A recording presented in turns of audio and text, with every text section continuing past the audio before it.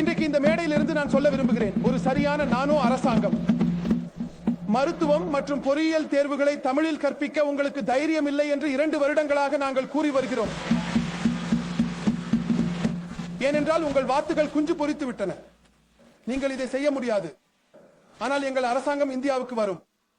நாங்கள் தமிழ் மொழியில் மருத்துவம் மற்றும் பொறியியல் படிப்புகளை நானோ தமிழில் படிக்கிறோம். வரவிருக்கும் ராஜாவின் பெயரிடப்பட்ட நகரம் தம்பி. நான் அவர்களுக்கு சொல்ல விரும்புகிறேன், ஆயிரக்கணக்கான கிலோமீட்டர் தொலைவில் இருந்து வரும் ஒரு மொழி உங்களுக்கு பிடிக்குமா என்று எனக்கு ஆச்சரியமாக இருக்கிறது. உனக்கு இந்திய மொழி நன்றாக பேச வராது. ஆமா, தெரிகிறது தம்பி. ஒரு தமிழ் பிள்ளை குஜராத்திலும் வேலை செய்யலாம், காஷ்மீரிலும் வேலை செய்யலாம், டெல்லியிலும் வேலை செய்யலாம். நீங்க அதிர்ச்சியா சமஸ்கிருதத்தில் உட்கார்ந்து இருக்கீங்க. ஒரு நாட்டின் விதவையாக எப்படி இருக்க விரும்ப முடியும்? மொழியின் பெயரால் தேசத்தை பிரிக்க நிறைய செய்யப்பட்டுள்ளது. நீங்கள் அதை செய்யக்கூடாது.